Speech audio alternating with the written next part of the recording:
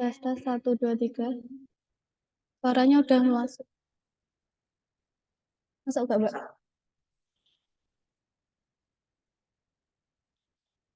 Tes. Oke, baik.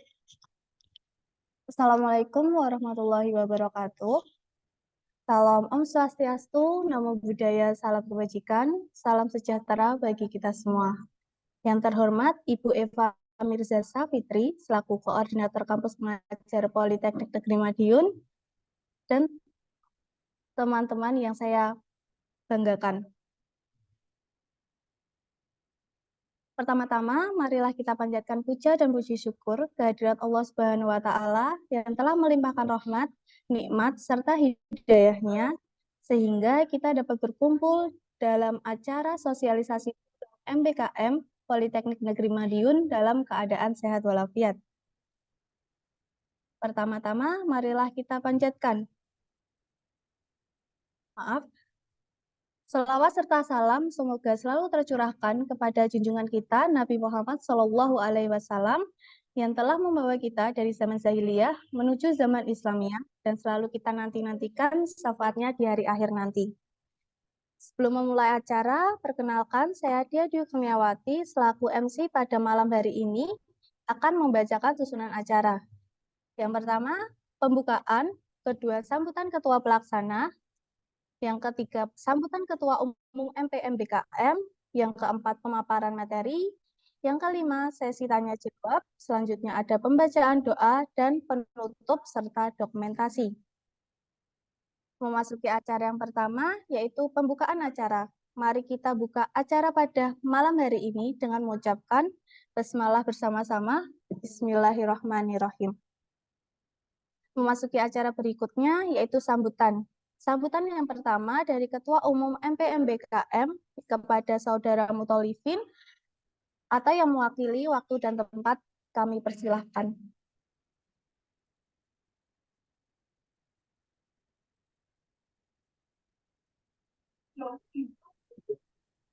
Assalamualaikum warahmatullahi wabarakatuh. Salam Om Swastiastu, Namo Buddhaya, salam kebajikan. Yang terhormat kepada Ibu Indah Puspitasari, SPDMP, selaku Koordinator MBKM Politeknik Negeri Madiun, atau yang mewakili. Yang saya hormati kepada Ibu Eva Mirza Safitri, SPD MPD, selaku Koordinator Kampus Mengajar Politeknik Negeri Madiun. Dan yang saya banggakan, rekan-rekan panitia serta peserta sosialisasi Kampus Mengajar Politeknik Negeri Madiun 2023. Puji syukur kehadiran Allah Subhanahu wa Ta'ala yang telah memberikan nikmat dan kesehatan kepada kita semua sehingga dapat berkumpul pada kesempatan kali ini di Zoom Group Meeting dalam sosialisasi Kampus Mengajar Politeknik Negeri Madiun 2023. Saya Muhtalifin selaku Ketua MPMBKM mengucapkan terima kasih kepada seluruh peserta, panitia, dan dosen yang menghadiri sosialisasi Kampus Mengajar Politeknik Negeri Madiun. Semoga kegiatan pada kali ini bisa diberi kelancaran dan juga menjadi sumber informasi dan pengetahuan tentang kampus mengajar. Ini merupakan program dari Kemdikbud Kampus Merdeka. Harapannya adanya kegiatan ini, mahasiswa Politeknik Negeri Madiun lebih mengenal dan menambah informasi kampus mengajar. Dan pada kampus mengajar di batch 6 ini terdapat 7 mahasiswa PNM yang telah diterima. Dan harapannya sosialisasi ini bisa menambah mahasiswa PNM dari batch sebelumnya di program kampus mengajar ini. Demikian kata sambutan dari saya. Wabillahi taufiq wal hidayah. Wassalamualaikum warahmatullahi wabarakatuh.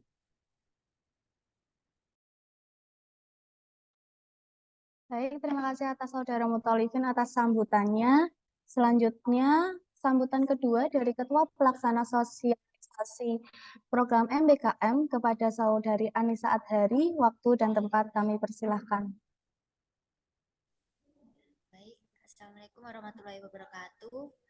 Terima kasih kepada MC telah memberikan waktunya kepada saya.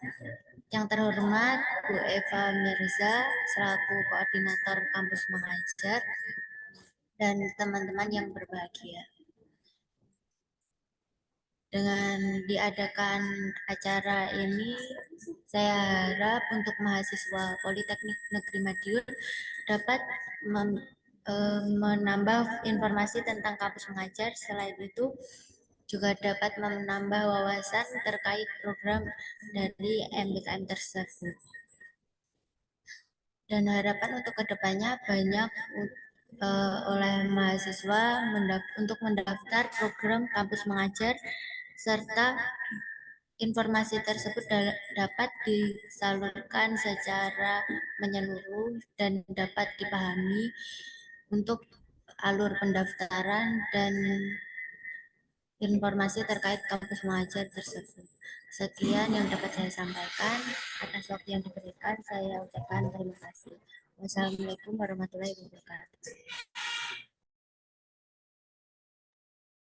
Baik, terima kasih atas Saudara Anissa Adhari atas sambutan yang telah diberikan. Memasuki acara yang ketiga, yaitu pemaparan materi dan informasi mengenai program MBKM yang akan disampaikan oleh Ibu Eva Mirza Safitri. Kepada Ibu Eva, saya persilahkan. Terima kasih Mbak Dea. Assalamualaikum warahmatullahi wabarakatuh. Selamat malam. Sebelumnya Bu Eva sampaikan terima kasih kepada Mas Muftolifin, Mbak Dea, Mbak Anissa, dan seluruh tim MBKM dari PNM yang sudah memberikan fasilitas untuk kita bisa memberikan sosialisasi terkait program MBKM, salah satunya khususnya yang Bu Eva pegang yaitu program kampus mengajar ke-7. Nah, mungkin bagi adik-adik ya untuk di Politeknik, kenapa sih kok kampus mengajar itu juga harus diikuti oleh mahasiswa Politeknik? Mungkin masih banyak bertanya-tanya kalau dari judul programnya aja, nggak tertarik wis aku gak pingin jadi guru, aku gak pingin ngajar. Rata-rata sebelum mengenal program ini pasti sudah kayak udah putus harapan karena memang saya masuk PNM atau Politeknik itu vokasi pinginnya ya memang menjadi seorang praktisi di bidang masing-masing, yang teknik misalkan ya di PRO ya nggak mau dia ngajar, tapi ternyata dari sebagian dari program kampus mengajar ini ternyata Bu Eva juga menemukan dari mahasiswa kita itu masuk sini tapi dia nanti ke depannya pingin menjadi seorang guru. Apa mungkin, Bu? Sangat mungkin, karena alumni juga sudah banyak menjadi guru. Tapi sedikit gambaran sebelum masuk ke apa sih tentang program kampus mengajar ini, biar kita semuanya kenal, kan kalau nggak kenal maka nggak sayang, dan maka tidak tahu, akhirnya tidak ada yang mendaftar. Nah, jadi malam ini insya Allah Bu Eva ingin memberikan gambaran ke adik-adik semua, mungkin yang masih semester 1, semester 3, yang belum waktunya, nggak apa-apa ikut ini, biar apa sih, lihat semua program dari MBKM itu ada apa aja sih, kita lihat semuanya. Nah, nanti sesuaikan mana yang paling sesuai dengan Anda. Jadi jangan memaksakan, oh temanku ikut, misalkan ikut PMM, ya kamu ikut kamu mengajar, kamu ikutan, kamu MSIB ikutan.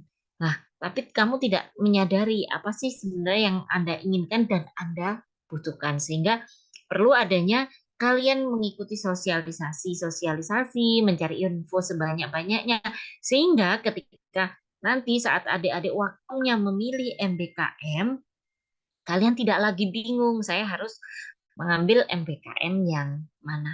Oke, untuk panitia boleh dibantu untuk slide-nya, di-share screen kan?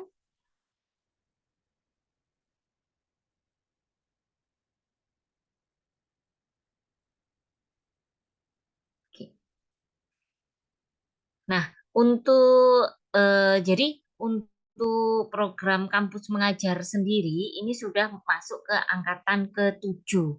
Sedangkan dari Politeknik Negeri Madiun sendiri baru mengikuti program ini di merupakan ini program angkatan kedua yang mengikuti. Jadi kita baru mulai mengikuti itu di angkatan ke-6 yang dimana sekarang masih sedang berjalan dan akan berakhir di awal Desember nanti. Gue lanjut untuk selanjutnya. Nah, hari ini yang mungkin saya akan menjelaskan secara singkat ya, nanti minta tolong untuk panitia, materi ini bisa di-share di grup MBKM.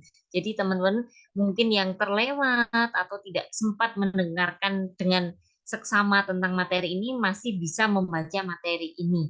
Nah, jadi nanti apa sih gambaran dari kampus mengajar, bagaimana proses rekrutmennya, alur pelaksanaan program, terus apa yang dilakukan oleh mahasiswa di dalam program ini, dan bagaimana setelah program itu cara merekognisi SKS-nya. Kadang ketakutan ikut program ini ternyata tidak diakui SKS-nya sesuai dengan yang kalian butuhkan. Nah, oke, lanjut. Coba, kalau kita tanya tentang gambaran kampus mengajar, apa sih? Boleh nggak share di chat mungkin? Kalau kita kampus mengajar, apa yang ada di gambaran kalian tentang kampus mengajar itu? Kalian jadi guru di sekolah atau seperti apa? Coba siapa yang mau komen di chat, boleh. Kira-kira apa? Kalau kita tahu mengajar, kayaknya eh, ada Bu Eva pernah sharing dengan teman-teman, Bu, kalau mengajar itu nggak anak IKIP tuh. Mengajar itu bukannya yang jurusan kejuruan, nanti saya apa bisa mengajar. Nah, makanya eh, di sini Bu Eva berikan gambaran tentang program ini. Oke, next.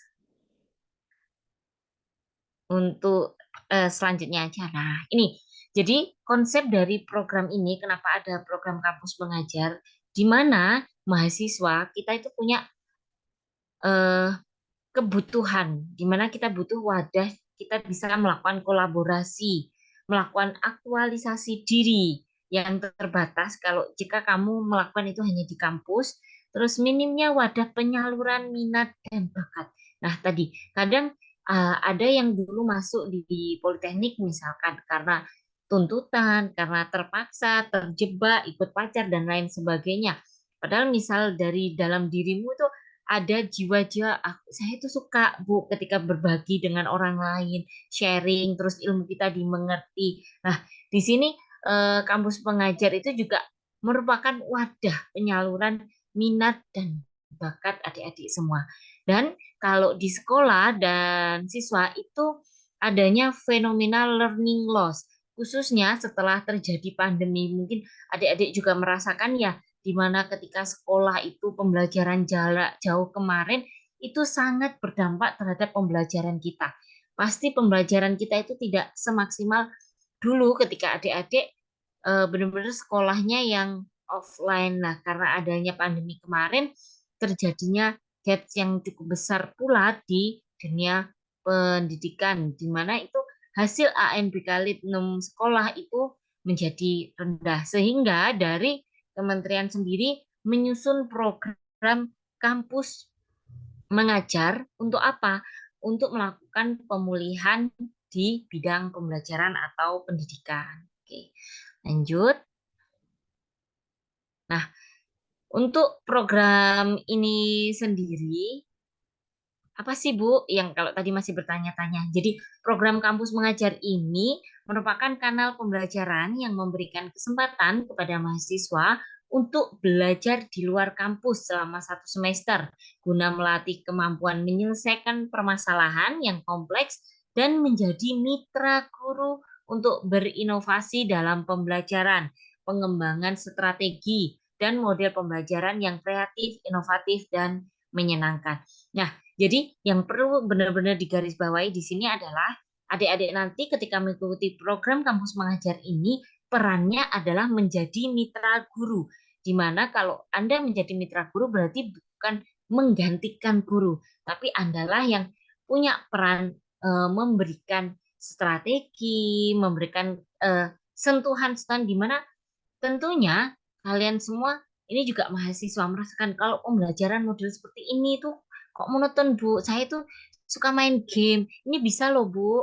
ada AI yang bisa menciptakan soal-soal itu jadi game ini. Nah, tentunya masalah literasi digital seperti itu dengan kecanggihan teknologi, saya yakin adik-adik semua punya bakat di situ, sehingga disitulah bisa dimanfaatkan di dalam program ini. Oke, selanjutnya.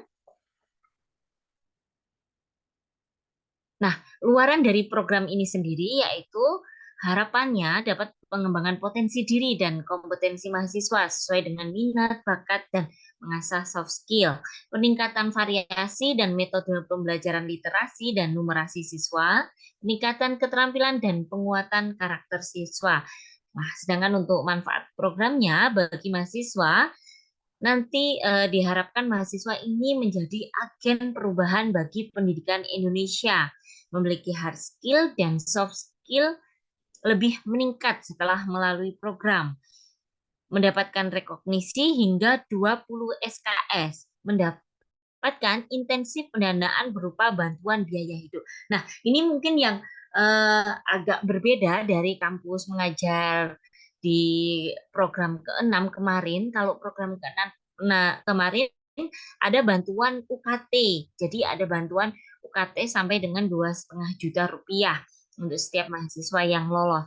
Akan tetapi di program KM7 ini tidak ada lagi bantuan UKT-nya, hanya bantuan biaya hidup per bulan. Kalau nggak salah nominalnya yang di KM7 itu sekitar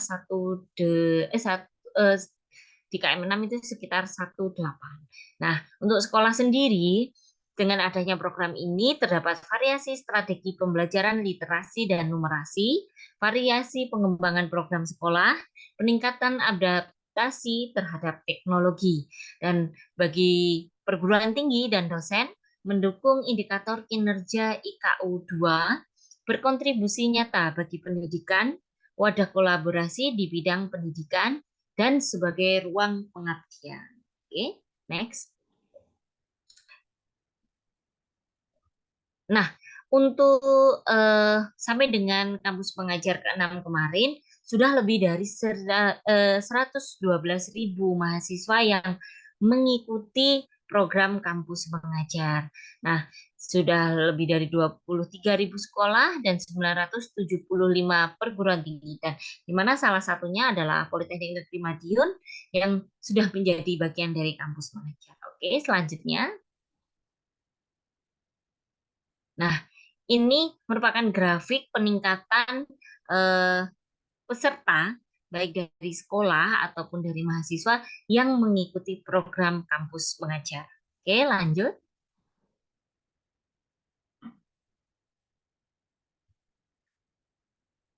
Nah, untuk di vokasi sendiri, jadi sudah mulai dari kampus mengajar 6, kampus mengajar 7, sudah ditambahkan pula kita dikhususkan untuk program bagi mahasiswa vokasi, di mana penempatannya ditujukan di SMK SMK.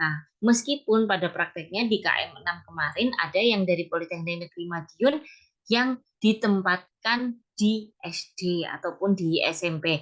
Hal itu bisa jadi karena penempatan itu kan berdasarkan di domisili terdekat. Itu bisa jadi karena di lingkungan sekitar itu tidak ada SMK yang terdaftar sebagai peserta di program kampus mengajar. Nah, untuk kontribusi pelaksanaan program, yaitu yang pertama mudah beradaptasi. Jadi setelah terlaksananya program ini, diharapkan mahasiswa itu lebih mudah beradaptasi, bersosialisasi, secara produktivitas meningkat, kemampuan public speaking-nya meningkat, strategi komunikasinya juga lebih baik, dan analisis dan berpikir kritisnya juga lebih bagus. Oke, next.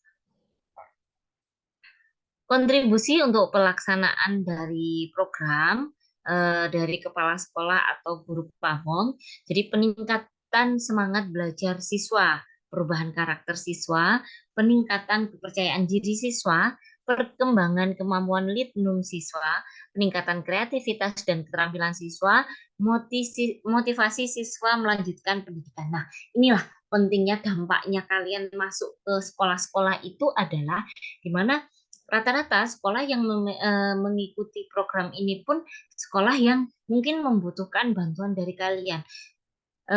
Aktivitas yang bagi adik-adik itu sepele, misalkan membuat presentasi lewat Canva, ternyata itu hal-hal yang justru banyak dibutuhkan di sekolah. Sentuhan-sentuhan yang dari kreativitas dari mahasiswa-mahasiswa ini ternyata memberikan dampak yang luar biasa pula di sekolah. Selanjutnya,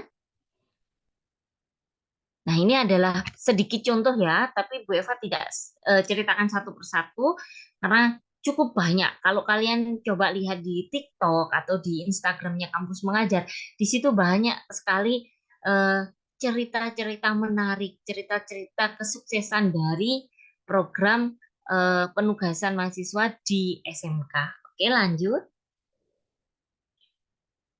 Nah, ini jadi aktivitasnya itu seperti apa sih, Bu, di program Kampus Mengajar ini? Yang pertama adalah literasi. Jadi, lebih ke pembiasaan membaca sebelum masuk kelas. Jadi, program kalian ini bisa dilihat ya. Di sini programnya itu lebih banyak kegiatan-kegiatan di luar kelas, seperti adanya game numerasi, ada adaptasi teknologi, termasuk penerapan budaya-budaya, terus kegiatan membaca mandiri. Nah, saat ini kalau dibilang kenapa sih Bu di level SMK kok harus literasi, numerasi, membaca? Itu memang kadang di kita literasi membacanya itu masih cukup rendah. Jadi masih sangat dibutuhkan meskipun di level SMK. Terus adanya workshop, terus jadi inilah hadirnya pembelajaran yang lebih menarik di sekolah-sekolah. Lanjutnya,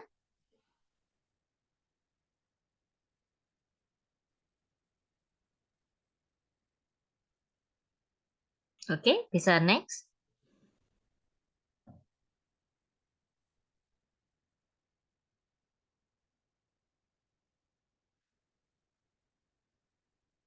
Nah, ini ada pengelolaan perpustakaan, pojok baca, terus ada SDGs di lingkungan sekolah, program P5. Jadi sangat banyak sekali kegiatannya. Silahkan di next lagi. Nah, apa kontribusi pelaksanaan program? Jadi dengan adanya program ini, perubahan pembelajaran di sekolah, asesmen kompetensi minimum kelas angkatan 5 menunjukkan hasil kolaborasi mahasiswa dan guru dapat berkontribusi pada percepatan pemahaman literasi dan numerasi siswa melalui variasi metode pembelajaran yang dilakukan di sekolah. Kenapa di hasilnya ini hanya di SD dan SMP?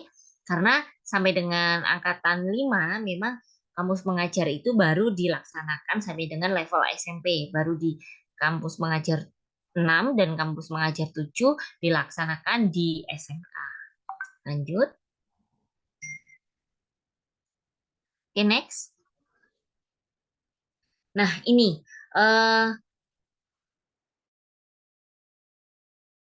hanya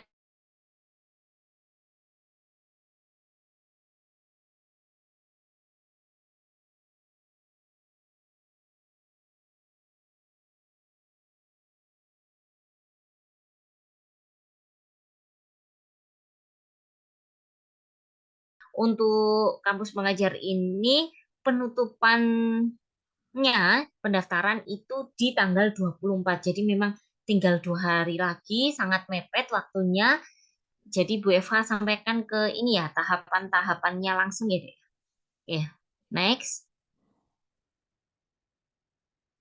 Nah, silahkan next aja. Nah, ini yang perlu menjadi catatan ya adik-adik. Jadi proses pendaftaran itu maksimal di tanggal 24 November, di mana nanti setelah pendaftaran itu ada seleksi yang berupa seleksi administrasi, terus ada pula seleksi yang berupa tes, lalu ada pengumumannya di tanggal 26 Desember, terus ada masa konfirmasi, di mana Anda ketika diumumkan lulus itu bisa memilih menolak atau melanjutkan program ini. Kemudian terdapat pemetaan tanggal 2 sampai 16 Januari ini. Nah, ini pentingnya kalau nanti adik-adik lolos di program ini, pemetaan ini memetakan kalian itu akan ditempatkan di mana. Biasanya akan ditempatkan di sekolah terdekat sesuai domisili yang telah kalian masukkan. Nah, di situ yang harus hati-hati itu ada beberapa alternatif pilihan. Sehingga kalau pengalaman yang kampus mengajar 6 kemarin, ternyata setiap harinya itu biasanya ada perubahan tergantung dari kuota sekolah. Jadi kalau memang ketika di preferensi sekolah itu sudah ada sekolah yang menurut Anda paling sesuai dengan Anda, itu mohon untuk segera dipilih daripada nanti ditunggu nanti ternyata sekolah itu sudah penuh.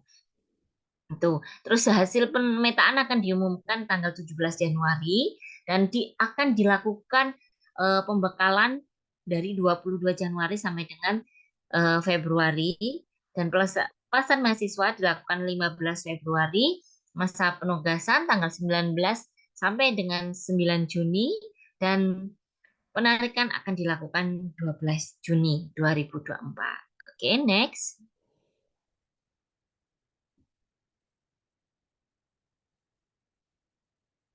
Nah, selanjutnya. Nah, ini apa sih Bu yang menjadi syarat untuk kita bisa daftar kampus pengajar? Yang pertama, harus WNI. Yang kedua, aktif baik akademik maupun lokasi. Terus berasal dari PTN dan PTS di bawah naungan Kemenristek Dikbud atau Kemendikbudristek, berada paling rendah di semester 4. Jadi yang bisa mendaftarkan di program ini adalah paling rendah di semester 4 pada saat pelaksanaan program dengan IPK minimal 3. Belum pernah ditetapkan sebagai peserta program kampus mengajar angkatan sebelumnya. Keenam, sehat secara jasmani dan rohani. Yang ketujuh, bersedia mengikuti pelaksanaan dan menyelesaikan program kampus pengajar sampai dengan selesai. Oke, selanjutnya. Nah, ini adik-adik proses pendaftarannya. Yang pertama tentunya masing-masing dari adik-adik ini harus membuat akun di akun MBKM. Jadi terus mendaftarkan, melakukan pengisian data diri dan persyaratannya dipenuhi semua. Kemudian setelah persyaratan dipenuhi nanti akan ada seleksi administrasi.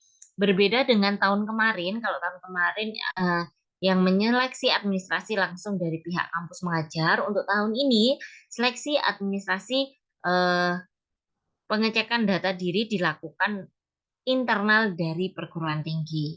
Kemudian setelah lolos dari administrasi, maka adik-adik bisa mengikuti seleksi substansi yang meliputi tes literasi dan numerasi, tes kebinekaan, dan yang ketiga yaitu VCET, yaitu Value Clarification Attitude Transformation Test. Nanti setelah melalui semua tahapan tes, mahasiswa yang lulus seleksi akan menerima pengumuman dan melakukan konfirmasi diterima atau tidak tawaran program ini. Nah, bagi mahasiswa yang menerima tawaran akan dilakukan penempatan. Kalau untuk tes literasi dan numerasi itu berupa indikatornya akademik, sedangkan untuk yang poin 2 dan poin 3 berupa indikator karakter dari adik-adik sekalian. Oke, selanjutnya ini untuk mekanisme dari seleksi administrasi mahasiswa ya. Yang pertama, seperti yang saya sampaikan tadi, mahasiswa harus mendaftar di halaman MBKM. Kemudian mengisi data dan upload dokumen di laman MBKM. Ini adik-adik yang perlu diketahui dan dicatat benar-benar. Kadang administrasi itu sepele, tapi ternyata tahun kemarin itu banyak yang gagal di administrasi hanya kesalahan-kesalahan yang sebenarnya itu kecil. Jadi mohon nanti sebelum di-upload, baik itu di program apapun, selalu dicek terlebih dahulu untuk dokumen-dokumennya. Apakah sudah sesuai, apakah sudah lengkap, termasuk tanda tangan, hal-hal yang kecil itu dicek, baru diunggah. Nanti meskipun sebagai penyeleksinya itu kan dari yang ditunjuk oleh program studi atau PIC masing-masing prodi, tetap ketika itu sebuah kesalahan, kami juga tidak bisa mentolerir atau tidak bisa membantu untuk meloloskan. Kemudian setelah mahasiswa diverifikasi oleh perwakilan atau PIC-nya, kemudian melakukan approval data mahasiswa yang melalui tautan yang dikirimkan email. Kemudian hasil verifikasi dari PIC akan diterima diserahkan oleh pimpinan PT. Kemudian dari pimpinan PT baru memberikan persetujuan kepada mahasiswa secara bersamaan melalui halaman MPKM. Jadi proses ini karena waktunya sudah mepet, Wifa harapkan untuk segera yang berminat segera melakukan pendaftaran, dan kami pun dari tim selalu mengingatkan masing-masing PIC Prodi untuk selalu mengecek email agar bisa dibantu diverifikasi dengan cepat. Oke, next. Nah, untuk mekanisme pemetaan sekolah untuk mahasiswa, jadi tim program nanti melakukan kompilasi peserta lulus, kemudian menginjek data peserta lulus bersama daftar calon sekolah pada laman pemetaan. BB atau BPMP masuk ke laman pemetaan. BB atau BPMP berkolaborasi bersama Distrik melakukan penentuan sekolah. Sistem melakukan pemetaan secara otomatisasi berdasarkan tadi preferensi sekolah yang sudah Anda pilih, menerima BB atau BPMP, menerima hasil otomasi pemetaan dan melakukan pengecekan. BPMP memfinalisasi data dan dikirim ke tim program. Tim program melakukan pengecekan dan finalisasi data penempatan, barulah tim program mengumumkan penempatan mahasiswa. Oke, next. Selanjutnya, mungkin malam ini juga terima kasih Bapak Ibu yang mungkin sudah, Bapak Ibu dosen yang sudah bergabung. Untuk cara Bu Eva juga sampaikan, untuk cara DPL dari kampus mengajar ini, dosen aktif baik akademik ataupun vokasi berasal dari program studi yang terakreditasi pada PTN dan PTS di bawah naungan Kemendikbudristek, berkomitmen memberikan bimbingan dan melakukan pendampingan kepada mahasiswa, memiliki NIDN atau NIDK, mendapat rekomendasi untuk mengikuti program kampus mengajar dari pimpinan perguruan tinggi. Nah, kalau adik-adik nanti lolos di program ini, DPL itu, jadi antara DPL dan mahasiswa itu berdiri sendiri masing-masing. Jadi bisa jadi nanti yang menjadi DPL Anda itu tidak selamanya adalah dosen Anda sendiri, bisa jadi dari dosen Unipma atau dosen kampus lain yang biasanya dicarikan terdekat dari penempatan adik-adik. Begitu pula Bapak Ibu dosen ketika menjadi DPL tidak hanya akan membimbing dari mahasiswa dari Politeknik Negeri Madiun, tapi juga bisa jadi membimbing dari kampus-kampus lain. Oke, next. Nah, untuk mekanisme dan seleksi DPL itu yaitu dosen mendaftar, dilakukan seleksi administrasi, kemudian sama dengan mahasiswa, dosen pun harus melakukan seleksi substansi yang berupa value clarification attitude transformation test. Kemudian akan ada pengumuman dosen lulus seluruh rangkaian seleksi dan ditetapkan. Oke, next. Nah, untuk koordinator PT sendiri, kebetulan karena Bu Eva sudah menjadi koordinator kampus 6, untuk saat ini saya juga dimintai Bu Indah untuk menjadi koor PT di kampus mengajar 7, dan sama dengan adik-adik semua, saya pun juga melakukan pendaftaran di sistem dan harus memiliki surat pengantar dari perguruan tinggi. Oke, next. Nah, ini ya adik-adik untuk beberapa perubahan yang mungkin tadi sudah sempat Bu Eva singgung di perubahan di antara kampus mengajar sebelumnya dengan kampus mengajar angkatan 7, yaitu dari pendaftaran. Kalau ada perubahan di mana mahasiswa memberikan pernyataan komitmen secara digital melalui laman MBKM. Mahasiswa mengubah KTP dan bukti kepemilikan asuransi. Jadi untuk tahun ini mahasiswa wajib memiliki asuransi atau BPJS. Nah,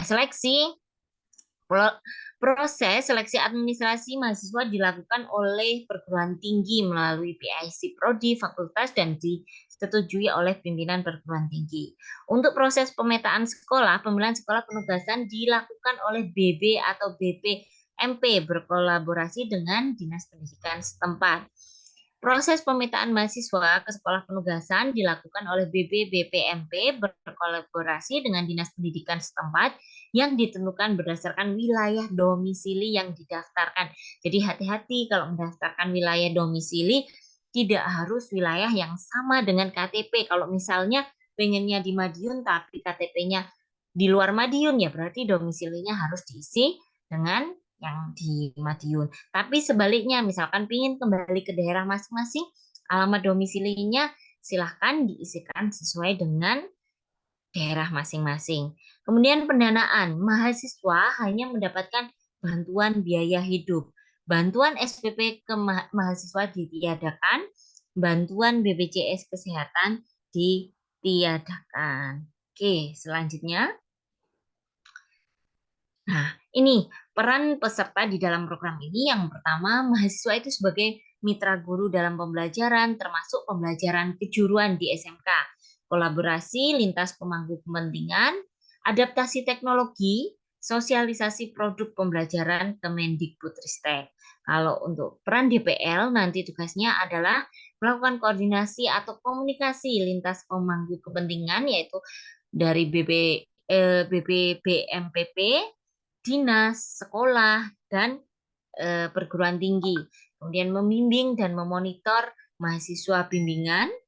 Dan untuk PT sendiri tugasnya mengawal pendaftaran mahasiswa, mengakomodasi kebutuhan administratif persuratan dan keuangan dari perguruan tinggi, sosialisasi program kampus mengajar kepada DPL, mahasiswa, dan perguruan tinggi, memfasilitasi kebutuhan peserta terkait program kampus mengajar. Oke, next. Nah, di dalam pelaksanaan program nanti, adik-adik jangan khawatir kalau misalkan Bu saya pingin tapi saya nggak bisa, saya nggak tahu nanti harus program saya apa, harus ngapain di sekolah. Tenang, karena nanti sebelum penugasan, adik-adik ada namanya prapenugasan, di mana di sana banyak sekali diadakan pertemuan yang berupa forum komunikasi, terus ada pembekalan dengan cukup banyak materi yang akan diberikan. Nah, barulah setelah adik-adik itu siap, baru ke tahap penugasan. Ada tahapan awal, ada tahapan saat penugasan, dan sampai dengan akhir penugasan, di mana adik-adik nanti harus membuat laporan. Dan yang terakhir yaitu pasca penugasan, mana nanti setelah adik-adik kembali dilakukan rekognisi atau pengakuan sebanyak hingga 20 SKS. Oke, selanjutnya. Nah, topik pembekalannya sekitar literasi, numerasi, asesmen, visi nasional, dan soft skill. Selanjutnya. Oke, ini untuk pembekalan dari DPL dan koordinator perguruan tinggi terkait bagaimana praktik baik literasi di sekolah, numerasi di sekolah, dan coaching and facilitating skill. Oke, lanjut. Nah, ini alur penugasan mahasiswa, mulai dari pertama dilakukannya observasi dari kebutuhan sekolah, dilakukan AKM kelas siswa kelas 11 SMK, kemudian diadakannya forum komunikasi dan koordinasi bersama sekolah DPL untuk merancang program, implementasi intervensi selama 10 minggu, baru diadakannya asesmen akhir program atau AKM kelas, laporan akhir, dan rekomendasi untuk KM angkatan selanjutnya. Oke, selanjutnya. Nah, untuk prinsip dari perencanaan program yang Anda buat nanti yaitu harus kontekstual, yaitu sesuai dengan kondisi aktual di lingkungan sekolah. Harus kolaborasi, merupakan program kolaborasi dengan pihak sekolah. Diferensiasi disesuaikan dengan kebutuhan masing-masing sekolah. Keberlanjutan dapat dilanjutkan oleh pihak sekolah. Oke, selanjutnya.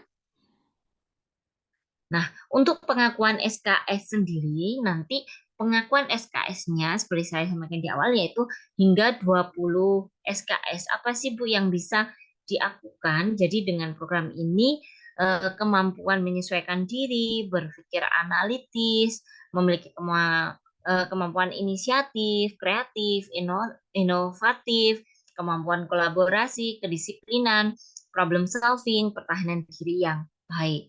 Oke, selanjutnya. Nah, ini merupakan acuan dari pengakuan SKS-nya. Oke, lanjut. Nah, ini kalau kita konversikan apa yang sudah adik-adik lakukan nanti selama program itu senilai 655 jam. Jadi itu bisa diakui senilai setara dengan 20 SKS. Oke, lanjut. Nah, acuan bahan kajian keilmuan prodi. Jadi bagaimana Bu nanti untuk pengakuannya? Jadi agar mahasiswa mampu menyelesaikan problem sesuai dengan literasi prodi, agar mahasiswa mampu menghadapi tantangan yang kompleks dan karakter unggul, agar mahasiswa beradaptasi di lingkungan yang berubahnya secara cepat. Terus pembelajaran sepanjang hayat, karir sepanjang hayat. Oke, lanjut. Ini sebagai acuannya ya. Nah, ini contoh penyetaraan pembelajarannya. Jadi, contoh sih mata kuliah apa yang bisa diakui. Kalau lebih mudahnya gini, kalau adik-adik belum PKL, mata kuliah ini, program ini bisa menggantikan PKL. Jadi adik-adik tidak perlu PKL atau mungkin ada KKN ya, itu bisa juga dimasukkan sebagai bentuk rekognisi dari kampus mengajar ini. Terus ini adalah hanya sedikit contoh. Jadi misalkan di KKN itu sampai 3 sampai 6 SKS, terus ada praktikum 3 sampai 9 SKS, nanti ada materi kepemimpinan, komunikasi sampai dengan 29 SKS yang nanti jumlah akhirnya bertemu sebanyak 20 SKS. Oke. Selanjutnya, tapi untuk proses penyetaraan SKS nanti tetap pasti akan Bu Eva bantu untuk berkomunikasi dengan masing-masing ketua prodinya agar yang program yang sudah kalian jalankan ini memang bisa diakui sebanyak 20 SKS dengan acuan yang sudah disampaikan tadi di awal. Ini hanya sekilas contoh ya, misalkan di program ini contoh mata kuliah yang mendapatkan rekognisi SKS itu apa aja. Oke, selanjutnya. Nah, oke, berarti sudah selesai ya. Demikian ini sedikit penyampaian. Nanti untuk lebih jelasnya memang nanti dari tim akan nge-share materi yang Bu Eva sampaikan hari ini. Nah, ada yang ingin Bu Eva sampaikan adalah ketika kamu memberikan dampak yang berarti di dunia nyata, apalagi di dunia pendidikan. Kalau mungkin di kita yang beragama Islam pasti tahu ya amal jariah. Nah, salah satunya itu kan ilmu yang bermanfaat. Terkadang hal yang kecil bagi kita itu sangat bermanfaat bagi orang lain. Makanya, yuk semuanya mulai dari sekarang belajar sambil memberikan dampak yang luar biasa bagi pendidikan Indonesia. Oke, demikian materi yang bisa saya sampaikan.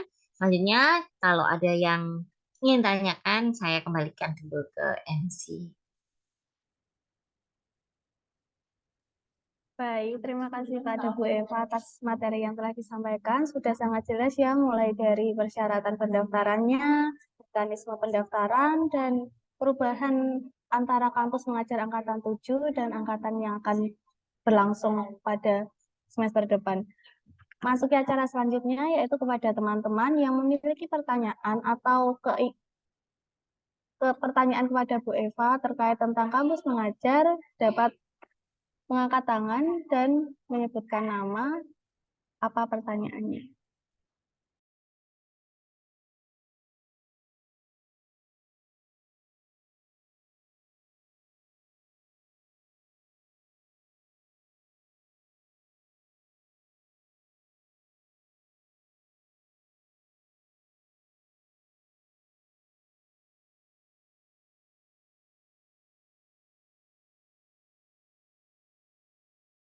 Oke, baik dari Mbak Anissa, boleh diucapkan.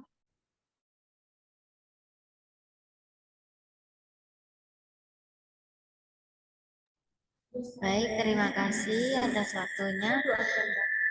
Izin bertanya Bu Eva, ini kan kami dari kebanyakan masih semester 3 ya Bu.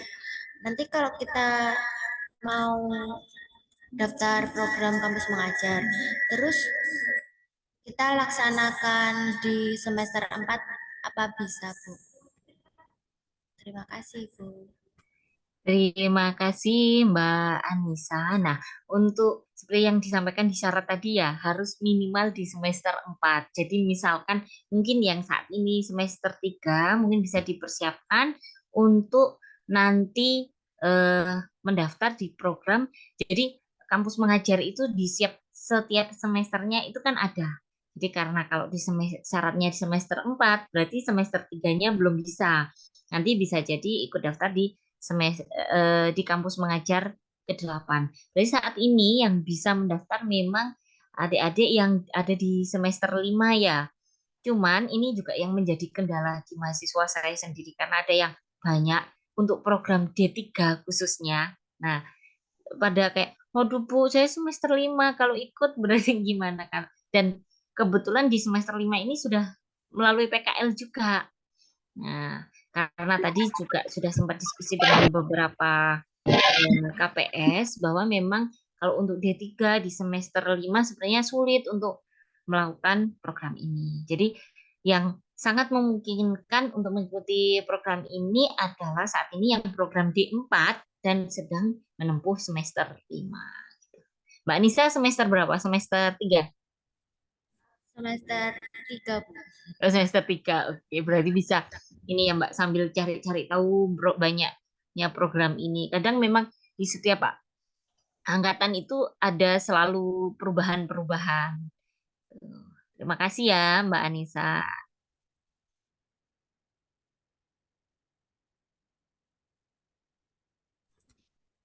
Oke, itu ada pertanyaan di chat ya sebenarnya.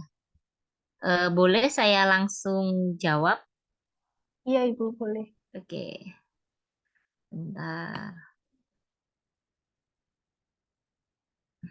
Nah, untuk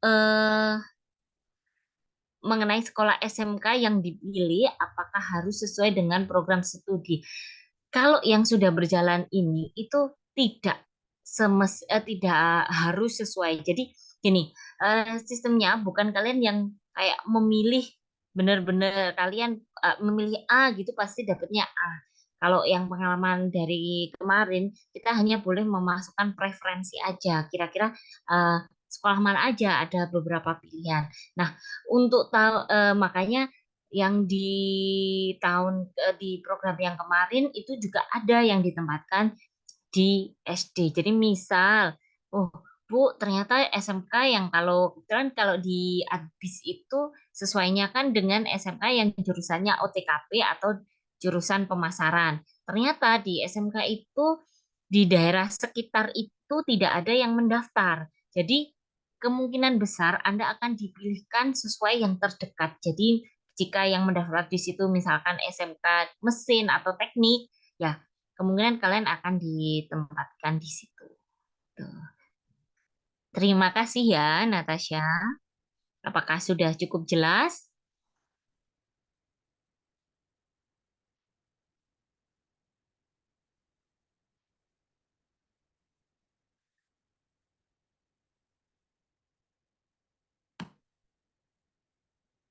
Oke, terima kasih. Selanjutnya, ada lagi sebenarnya yang angkat tangan? Iya, Ibu, dari Mbak Alia Devara. Ya, silahkan. Izin masuk. Sebelumnya mohon maaf Bu belum bisa on cam. Iya, nggak apa-apa. Izin bertanya, kan tadi dari pemaparan materi yang Bu Eva sampaikan itu untuk benefit dari ikut apa MSIP itu kan mendapat MSIP. Mohon maaf Bu, dari kampus mengajar tadi kan mendapat tunjangan hidup. Nah, Iya, sementara untuk UKT-nya sendiri tidak ada potongan. Nah, iya. bagi kami yang mendapatkan bantuan KIPK Mm-mm. itu kan ada potongan UKT kan, Bu. Iya. Nah, itu tetap UKT-nya tetap dipotong dari KIPK itu atau tetap bayar, Bu? Oke, terima kasih. Nah, seperti yang pengalaman tahun kemarin ya, yang program kemarin, kalau jadi kita itu tidak boleh double funding atau pembiayaan ganda. Kalau teman-teman kemarin kan, jadi sistemnya kalau yang kemarin itu, misal UKT kalian itu 1 juta, bantuan hidupnya itu kan 2,5. Itu bukan berarti yang 1 juta dibayarkan ke kampus, 1,5 juta itu untuk kalian, tidak. Itu bukan yang biaya itu loh ya, ini yang untuk bantuan SPP atau UKT. Jadi dibayarkan ke kampus sesuai dengan UKT kalian. Nah, untuk teman-teman yang KIPK itu rata-rata kan nol kan, SPP-nya kan tidak bayar sama sekali. Itu juga tidak mendapatkan bantuan dari program ini. Jadi ya tetap UKT-nya nol, tapi itu yang membayarkan dari beasiswanya dari bidik misi ya. Tuh. Nah, ini ada yang tanya juga ya. Bagaimana Mbak? Tadi yang tanya, apakah sudah cukup jelas? Sudah, Bu. Terima kasih. Nah, sama. Nah, ini ada pertanyaan dari Mbak Wulan. Boleh nggak mendaftar program Kamus Mengajar dan MSIB? Karena kan timelinenya juga secara bersamaan. Nah, untuk saat ini tidak boleh karena apa? Pengalaman yang kemarin, kalau kebetulan kemarin peserta yang mendaftar program Kamus Mengajar itu 9. Nah, dan diterima semuanya. Nah, yang 2 mengundurkan diri karena diterima di program lain. Itu kan sayang sekali ya.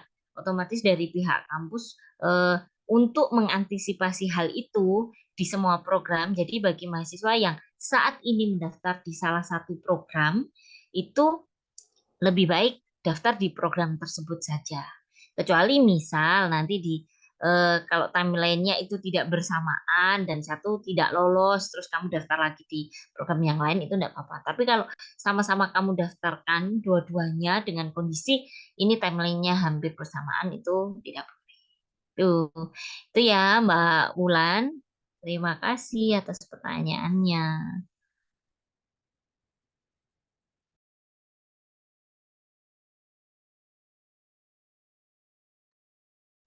Mungkin ada lagi? Mbak Nisa mau tanya lagi? Langsung ya, Mbak. Laptopku mati. Laptopku mati. Oh, nah. Pak boleh minta Baik, tolong cek, terima Kak. kasih ya, Iya, Mbak Titi. Izin bertanya lagi, Bu. iya. Nah,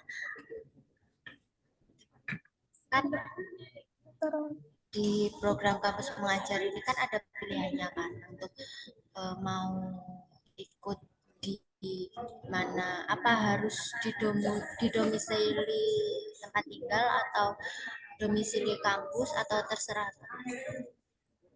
Oke, terima kasih Mbak Nisa. Sebenarnya terserah. Jadi nanti kan kalian diminta upload KTP, itu kan alamat KTP ya. Nah, alamat domisili yang kalian masukkan itu masukkan yang kalian mau. Jadi kalau domisilinya kamu isi sesuai KTP, berarti nanti penempatannya akan dicarikan sesuai dengan domisili yang kamu cari. Berarti itu dekat dengan yang sesuai dengan KTP karena kamu isinya sama dengan KTP. Tapi kalau kamu isinya misalkan karena pingin di tempatnya di Madiun aja Bu, atau mungkin kamu ada kota tujuan lain selain Madiun dan domisilinya atau mendekati seseorang gitu, itu juga boleh. Silahkan dituliskan di domisilinya. Karena acuan dari penempatan itu biasanya bukan KTP-nya, tapi lebih ke alamat domisilinya. Itu. Baik, Bu, terima kasih. Sama-sama.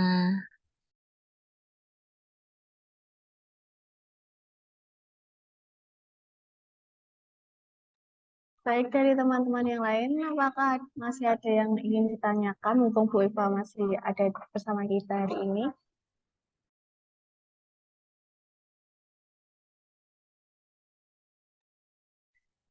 Ya, silahkan. Atau mungkin nanti kalau sambil ngelamun, sambil tidur baru kebayang-bayang, pengen tanya, boleh. Silahkan kalian WA Bu Eva. Nomor Bu Eva itu ada di dalam grup MBKM. Atau pertanyaannya itu disampaikan melalui panitia atau tim dari MBKM PNM juga boleh. Silahkan.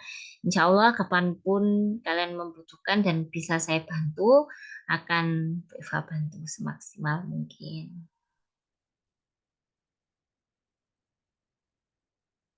Kira-kira sudah tertarik untuk ikut program ini? Atau yang mungkin jiwa mengajarnya sudah memanggil-manggil? Oh, ini ada yang tanya lagi. Mbak Putu ya? Ya, Mbak Putu. Silahkan.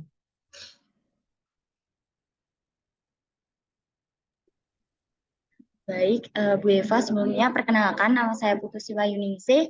Mungkin saya ini masih semester 3 ya Bu ya. Mungkin masih tanya-tanya terkait proses pendaftaran. Nah, yang dimana kan dari proses pendaftaran tahun lalu sama tahun sekarang itu sudah berbeda terkait surat rekomendasi dan SPTJM terkait surat rekomendasi itu yang dimana itu udah Sistem. digitalisasi Iya. seperti itu. Ya. Nah, mungkin bisa dijelaskan tidak Bu terkait surat rekom sama surat SPTJM terkait itu digitalisasinya itu seperti apa? Mungkin bisa buat gambaran kami Iya. yang masih semester 3 terkait itu. Oke. Terima kasih. Nanti apa lebih mudahnya Bu Eva kirim tutorialnya ya di grup ya. Jadi biar lebih jelas ada nanti video tutorialnya ya. Dimana kalau dulu kan surat itu kita minta tanda tangani manual. Jadi kalau sekarang itu berbasis sistem. Jadi konfirmasi nanti dari KPS itu sudah tinggal mengkonfirm aja kita sudah memberikan oh oke, ini direkomendasikan atau tidak itu by sistem. Jadi adik-adik tanpa perlu mendownload apa istilahnya melakukan itu secara manual. Nanti untuk informasi-informasi terkait kampus mengajar akan Bu Eva share ya beberapa video biar lebih mudah untuk dipahami. Oh, oke. Ada pertanyaan juga ya. Kalau semester 4 mengikuti kampus Merdeka, sedangkan di semester 5 mengikuti MSIB, apakah diperbolehkan? Setahu Bu Eva, kalau sejauh Bu Eva tahu ya, kalau untuk D4 boleh 2 kali mengikuti program. Tapi nggak boleh mengikuti program yang sama berturut-turut. Misalkan sekarang ikut kampus mengajar, semester depan ikut kampus mengajar itu nggak boleh. Tapi kalau sekarang ikut kampus mengajar, semester depannya lagi mengikuti MSIB itu boleh. Tapi itu berlaku untuk program D4. Tapi kalau untuk D3, sepertinya secara waktu tidak memungkinkan untuk mengikuti dua hal itu. Bulan malam ini sepertinya Pak Denny juga bergabung. Pak Denny ini adalah koordinator MBKM PNM. Mungkin mau menyapa Pak Denny. Siap Bu, terima kasih atas kesempatannya. Mohon maaf Bu, tadi telat join baru pulang dari kampus Bu. Iya dong. Jadi mungkin saya sedikit menambahkan ini ya Bu, karena memang timeline dari pendaftaran kampus mengajar ini kurang 2 hari. Nanti tolong dari mahasiswa yang mengalami kendala apapun bisa menghubungi teman-teman dari penggerak MBKM nanti supaya kalau memang membutuhkan transkrip cepat atau persyaratan apapun secara cepat nanti biar saya bisa membantu menjembatani ke admin prodi maupun ke admin pusat begitu supaya nanti tidak ketinggalan untuk timelinenya karena insya Allah tanggal 24 itu tutup dan kemungkinan tidak ada perpanjangan begitu. Mungkin itu mawon Bu, semangat Bu. Oke Semoga Pak Denny. Amin. nanti yang daftar banyak dan diterima Amin, semua Bu. amin. Amin. Terima kasih banyak Pak Denny. Oke, siap Bu.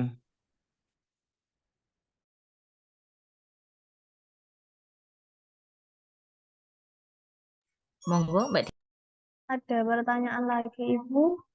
Untuk program kampus mengajar sendiri itu pengumumannya tanggal 26 Desember, sedangkan penutupan pendaftaran MSIB tanggal 15 Desember.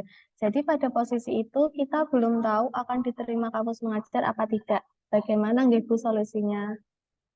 Iya, jadi memang betul sehingga sepertinya memang dua program ini tidak bisa. Kalian misalkan jaga-jaga daftar ini dulu biar nanti kalau nggak terima daftar ini. Sebenarnya itu tidak bisa karena secara timeline di apa penutup MSIB itu sudah ditutup, sedangkan kampus mengajar belum pengumuman. Itu sepertinya tidak hanya terjadi di kita ya, secara nasional sebenarnya banyak teman mahasiswa antusiasnya luar biasa, jadi mendaftar di semua program, tapi ternyata di saat pengumuman pelaksanaan dia mungkin akan memilih salah satu program yang mungkin lebih prefer ke dia, sehingga untuk mencegah hal itu sebenarnya dari pusat pun sudah mensiasati, sehingga memang yang benar-benar daftar di kampus mengajar misalkan, ya memang karena dia ingin fokus di kampus mengajar, tidak mendaftar di dua program. Itu harus memilih salah satu.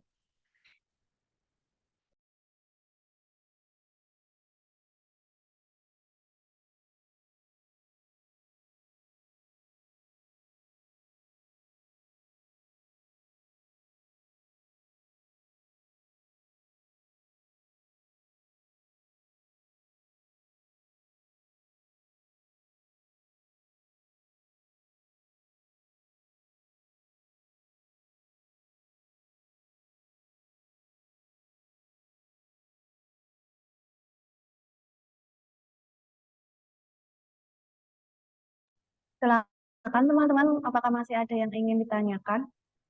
Tidak.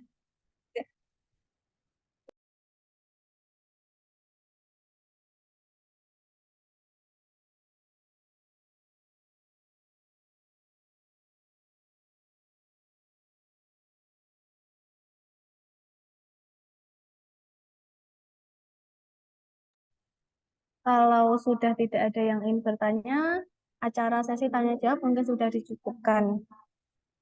Teman-teman yang saya banggakan, acara demi acara telah terlampaui, tiba saatnya pada rangkaian acara yang terakhir yaitu penutup.